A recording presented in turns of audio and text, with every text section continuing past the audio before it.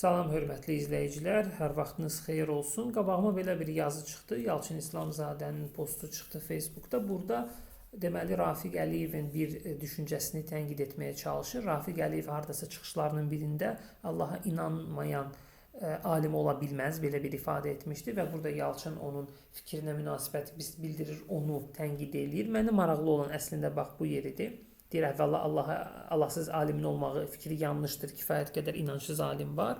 İkincisi, alimin inanclı və ya inançsız olması heç nəyi sübut etmir, çünki heç bir alim yaradanın varlığını elmi metodla göstərdik demir. Yəni bu paragrafda bizə demək istəyir ki, elmin Allahı isbat etməsi ilə heç bir əlaqəsi yoxdur. İnancla və ya inançsızlıqla heç bir əlaqəsi yoxdur və Rafiq müəllimə belə bir tənqid yönəldir. Əslində mənim bundan daha çox maraqlanan növbəti paragraf və növbəti cümlədir. Deyir ki, İsaac Newton fizikadan daha çox mistisizm haqqında yazır. Ancaq heç vaxt ictimailəşdirməyib.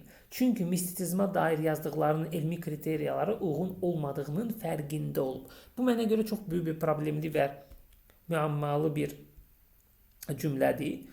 Çünki əslində biz əgər əvvəlki cümlədə qeyd edirik ki, deməli Allahın din ilə, üzr istəyirəm, Allahın elm ilə heç bir əlaqəsi yoxdur, isbat və ya inkar baxımından heç bir əlaqəsi yoxdur. Növbəti cümlədə biz gözləməli idik ki, İsaac Newton fizikadan daha çox din haqqında yazıb və ya teologiya haqqında yazıb. Ancaq heç bir zaman ictimailəşdirməyib. Çünki dinə dair yazdıqlarının elmi kriteriyalara uyğun olmadığının fərqində olub.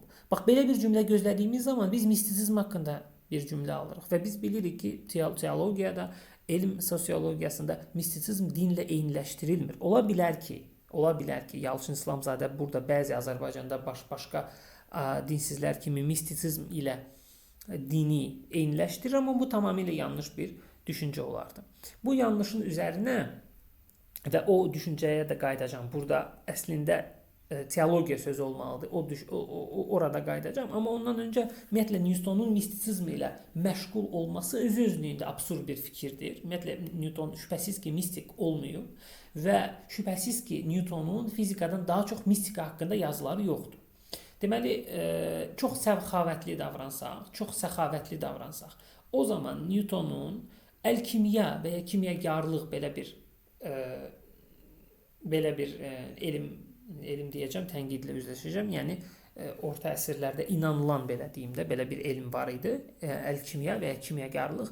Newton ona inanıb və onunla məşğul olub və onun haqqında yazdığı bəzi əsərlərinin və o da çox bir cüzi bir hissədir. Həmin cüzi hissədə mistisizm adlandıra biləcəyimiz bəzi şeylər var.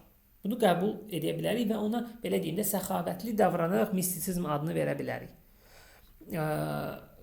Ki bir çox Newtonu öyrənən müasir araşdırmaçı bu fikri qəbul etmir ümumiyyətlə. Amma tutalım ki, belə bir şey var.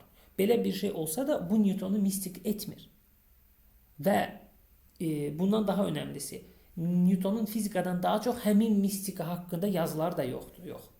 Burada doğru cümlə teologiya olmalı idi və bunu yəni ümumiyyətlə bu cür ədəbiyyatda dini və dinsiz belə deyim də müzakirəsi ədəbiyyatında istifadə edənlər daima Newtonun teologiya haqqında daha çox yazıb və bu doğru cümlə olardı. Bəli, Newtonun teologiya haqqında yazdığı daha çoxdur.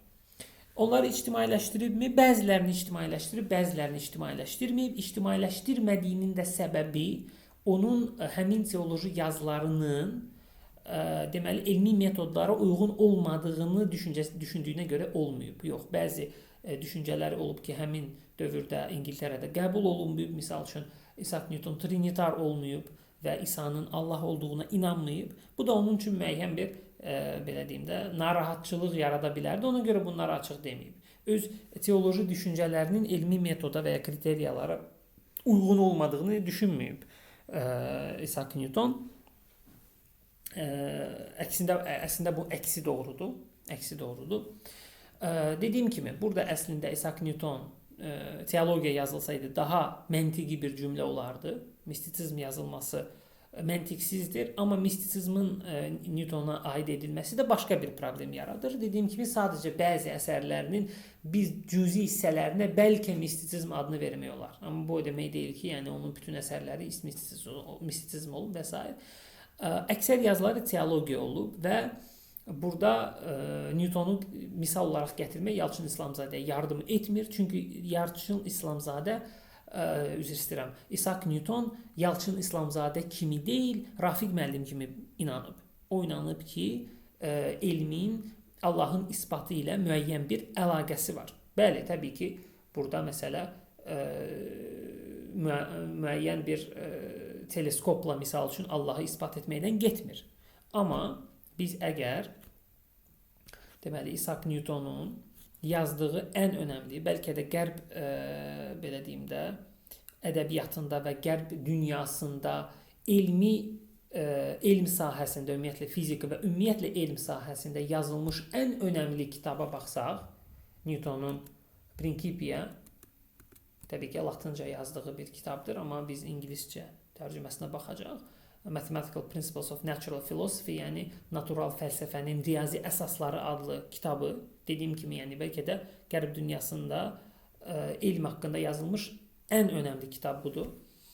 Bu kitaba biz baxsaq, burada Isaac Newton sonlara yaxın, indi o yeri tapacağım sizin üçün. Bəli, General Scholium, yəni ümumi kommentariya adlı, yəni kitabın bitirəndən sonra burada öz deməli dünya haqqında, fizika haqqında, cazibə qanunu haqqında, onun riyaziyyatını və fizikasını izah eləyəndən sonra ümumi bir sonluq, ümumi bir kommentariya, belə bir neçə səhifəlik əlavə edir burada Newton və buranı sadəcə bir neçə cümləsini oxuyacağım sizin üçün. Misal üçün burada Isaac Newton deyir ki, this most elegant system of sun, planets and comets could not have arisen without the design and dominion of intelligent and powerful being. Deməli deyir ki, bu elegant sistem Günəş, planetlərdən və kometalardan ibarət olan bu çox elegant, yəni nizamlı, intizamlı sistem planı və hökmranlığı olmayan intelligent, yəni elm və qüdrət sahibi olmadan ortaya çıxa bilməzdi. Yəni qüdrət və elmi olan bir varlıq ki, onun planı və hökmranlığı nəticəsində sadəcə bu sistem ərsəyə gələ bilərdi. Bundan sonra digər o altın xətt çəkdiyim cümlədə deyir ki, he rules all things not as the world soul but as the Lord of all. O hər bir şeyə hökmranlıq eləyir, amma dünya ruhu kimi deyil, hər bir şeyin Rəbbi kimi. Burada və bundan sonraki cümlələrdə Isaac Newton açıq aydın olaraq Allahın və onun inandığı Allahın hansısa bir abstrakt bir ideya olmadığını, bir növ kainatın özünün Allah olmadığının, müəyyən bir logos fikirli bir Allah olmadığının, yox, xüsusi bir Rəbb olduğunu inancını burada təsdiqləyir. Eyni zamanda müəyyən deistik bir ilaha inanmadığını bunu da izah edir növbəti cümlələrdə. Misal üçün bu hissəsini sadəcə istəyirəm sizin üçün oxuyum. Deyir ki, və onun deyir həqiqi Rəbliyindən elə bir nəticə çıxır ki, o həqiqi Allah, yəni həm yaşayandır, yəni onun həyat atributu var. Həm elmlidir, həm də hər şeyə qadirdir.